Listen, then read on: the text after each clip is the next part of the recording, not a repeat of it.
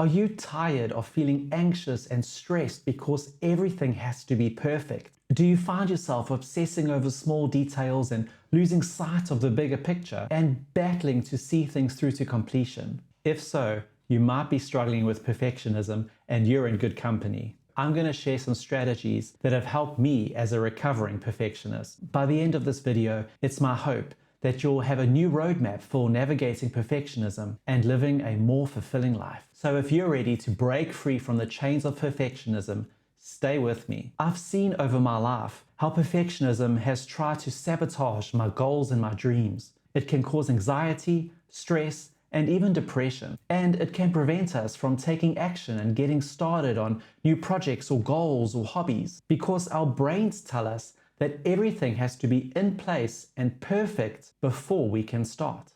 Perfectionism will hinder you from reaching your full potential. So what is perfectionism anyway? Let's look at Brené Brown's definition. Perfectionism is not the same as striving to be your best. Perfectionism is the belief that if we live perfect, look perfect, and act perfect, we can minimize or avoid the pain of blame, judgment, and shame. It's a 20-ton shield that we lug around, thinking it will protect us, when in fact it's the very thing preventing us from flight. So I'm going to share with you some tips and tricks that I've used to overcome perfectionism and some that I still use daily. Number 1, be kind to yourself. This may come as a shock, but the first step is to recognize you are not perfect. You're not Jesus. One of my earliest memories of struggling with perfectionism was in 3rd grade. Every week in my homework book, I would be given these really big words to learn to spell by my teacher, until one fateful day I mixed up the spelling of the words off and of in an essay. I remember feeling such shame for getting a mere 3-letter word on my list of spelling words for that week. My mom was always so proud of me, so she would boast to her friends about my really big words that I would get to learn to spell. And 9-year-old me was terrified that somebody was going to see my awful 3-letter spelling word that week. I seemed to expect more of myself than absolutely anyone else did. And as part of being kind to ourselves, it's very important to watch our self-talk and watch our expectations of ourselves. Our minds, where self-talk takes place, needs to be a good vibes only zone. Know that it's okay to make mistakes and it's important to learn from them. I used to beat myself up a lot for not getting things 100% correct, but I found it's actually pretty hard to learn without making mistakes. Playing it safe and not making any mistakes cuts us off from new experiences, from making progress, and it stunts our growth. I've learned that it's better to try and fail.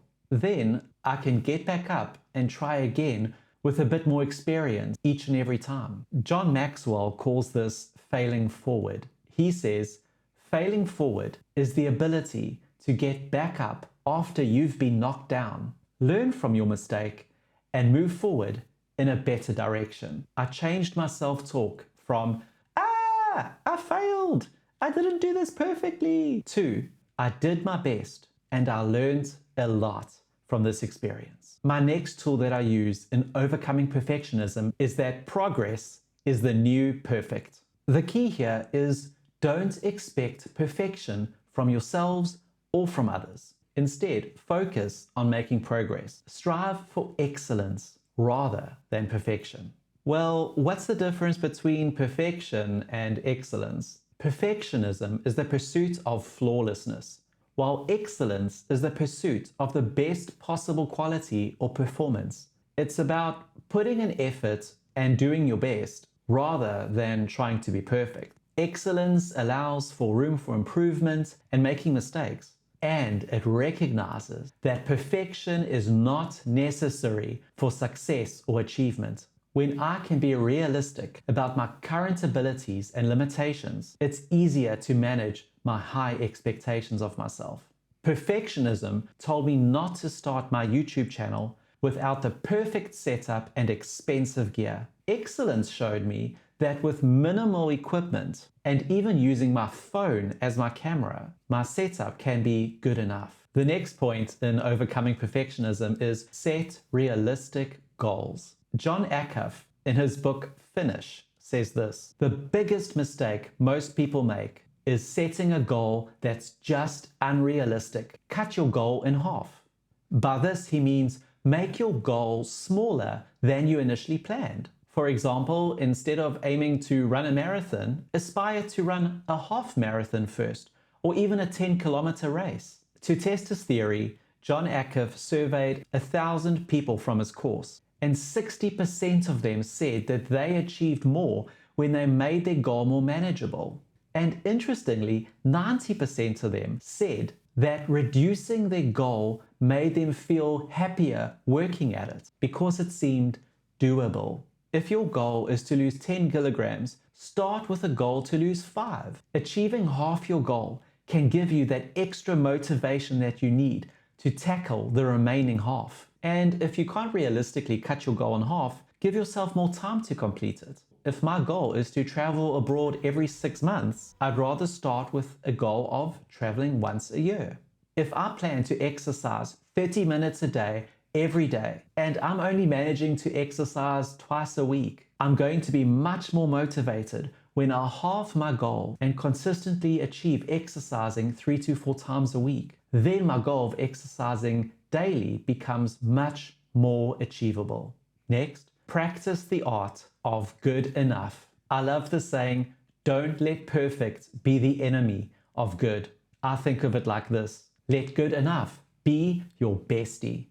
I've learned to set limits on how much time to spend on a task. Setting these limits and boundaries helps me to stay focused and avoid burning out from getting fixated on the minutiae, because there comes a point of diminishing returns once you've been working on something for a certain amount of time. I remember endlessly tweaking song lyrics until I had to force a cutoff point. I apply the same method when editing my YouTube videos. After a certain amount of polish, further editing doesn't add any value to the content for my viewers. So figure out what that time limit is for yourself. The point here is that you have to start to gauge at what point that spending more time on something doesn't really improve it anymore. Remember, done and good enough is way better than unfinished yet again because it's not perfect. Next up, track your progress. A great motivator for pushing forward is to track yourself. Use measurements and metrics to help you. For example, my smartwatch metrics show me the more cardio I do over time, the more I can see my overall improvement on my fitness levels in terms of my heart rate recovery after intense bursts of exercise. Tracking progress is not about overnight results, but about the long game. It helps me to celebrate my progress whilst also shifting my mindset away from perfectionism. Just be careful because progress isn't always linear. Be kind to yourself if things regress momentarily. If you're trying to eat healthy 6 days a week and you manage to only do it right once this week, don't let it derail you. Simply try again next week. Maybe halve the goal. You're not a robot, you're a human being, you're a work in progress. My last point is learn to let go. It's okay to release that need for perfection and embrace imperfection. This can be a tough mindset shift, but it's an important one. How can I learn to let go? First, accept that things won't always go as planned. It's important to recognize that life is unpredictable and things won't always go as we hoped. It's okay to adjust our expectations in the face of change. And secondly, let go of the need to control everything. Perfectionism often stems from a desire to control everything and to eliminate any possibility of mistakes or imperfection. When I can acknowledge this, it becomes easier to let go. When I can recognize that an outcome is outside of my control, it's easier to just breathe and let it be. Overcoming perfectionism does not happen overnight, but with patience and persistence, you can break free. I hope you feel inspired to take some steps towards overcoming perfectionism in your life. Remember, you're not alone in this journey, and it's okay to ask others for help. Keep working towards a progress mindset, and you'll be amazed at what you can achieve. Speaking of letting go, check out this video for a list of 5 things I decided to let go and to help you get started on your letting go list.